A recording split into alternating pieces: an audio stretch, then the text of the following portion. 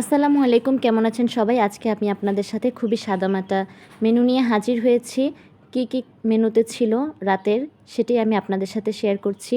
একেবারেই ভর্তা ভাতের মেনু। প্রথমেই ছিল গরম গরম ভাত, তার সাথে আলু ভর্তা। এর সাথে যদি একটু ঘি হতো না, একদমই জমে যেত।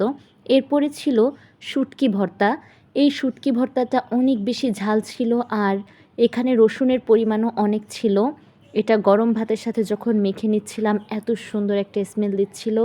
আর সাথে যদি একটু লেবু চিপে নেন, যে কোনো ঝাল ভর্তার সাথে কিংবা শুটকি এরকম ভর্তাগুলোর সাথে লেবু চিপে খেলে কিন্তু অনেক বেশি ভালো লাগে। যারা কখনো ভর্তার সাথে লেবু দিয়ে ট্রাই করেননি, অবশ্যই কিন্তু ট্রাই করবেন। এরপরে ছিল চিংড়ি মাছের ভর্তা, একেবারে গুঁড়া চিংড়ি যেটাকে বলে, সেই চিংড়িটা এরকম ঝাল ঝাল করে বেশি করে রসুন দিয়ে ভর্তা করেছে। এটা খেতে কিন্তু দারুণ হয়েছে।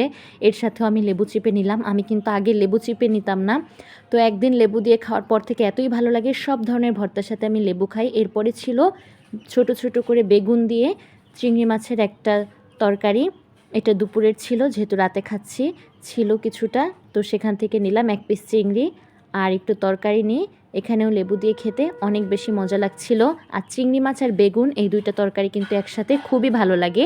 এরপরে সবশেষে ছিল রুই মাছের একটা তরকারি। আর যে শাকটা দেখতে পাচ্ছেন, এটা কিন্তু আমাদের বারান্দার গাছের আলু শাক। আজ এ পর্যন্তই, দেখা হবে পরবর্তী ভিডিওতে।